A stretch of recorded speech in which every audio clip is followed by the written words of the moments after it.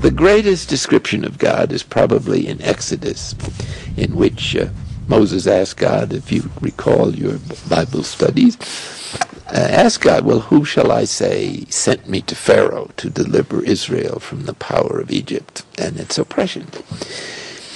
And the voice replied, tell them that I am sent you.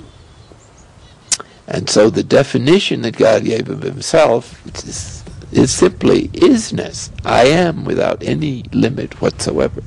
Am meaning amness, isness. And so everything that is of his very nature has to be in relation to that which is without limit or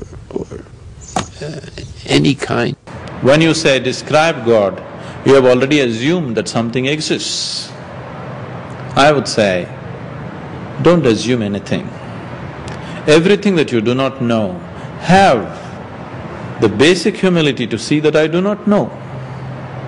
Only when you see I do not know, there is a possibility of knowing it. When you say describe God, you have a firm assumption that there is somebody sitting up there. This assumption has created enormous pain and suffering to human beings on this planet. Probably maximum number of lives have been taken on this planet in the name of God. Most horrible things on this planet have been done in the name of God. Simply because the fight in the world is not between good and evil.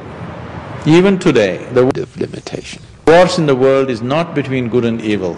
It's always between one man's belief versus another man's belief. The moment you believe something that is not a living experience for you, you're already in conflict with somebody else who believes something else.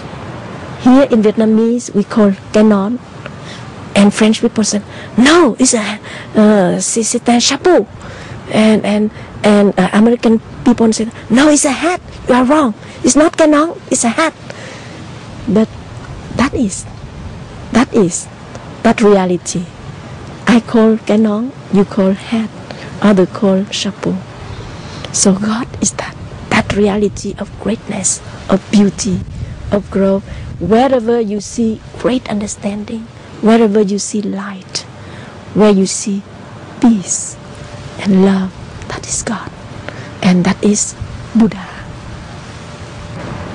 If you want to seek, when you say God, you're talking about the source of life. Why this idea of God has come to you is, when you were born and you opened your eyes, all this creation was already on. So you assumed, if so much creation has to be there must be a creator.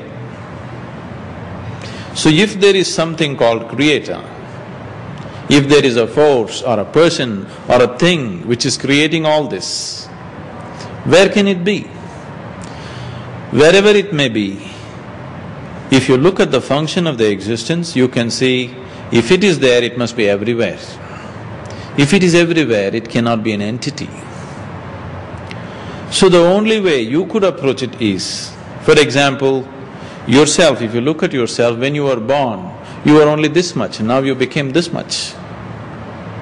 How did all this happen? Did somebody stretch you from outside? That which you refer to as the creator is constantly functioning within you, creating all this. So if you really want to know what is the nature of the creator, you must turn inward. And the higher self is most accessible in the heart. There is, according to the Sufis, there is in the heart an innermost chamber of the heart that belongs only to God. And if you go there in meditation and prayer, you are with God. It is a place of oneness. There the lover and the beloved are one. But God can be found everywhere. There is a lovely practice by Brother Lawrence, the practice of the presence of God. He was a monk in, I think, the 16th century. And whatever he did with God.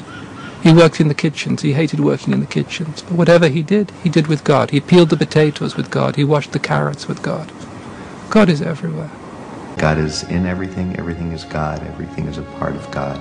We call the Wu Chi, the nothingness, the center of the universe. So in the Taoism, we don't give them a name of God. Tell them that God is not out there. God is beyond even our idea of the beyond. You can't describe it, you can only feel it. The real goal is something much more amazing, you know. It's much more fantastic.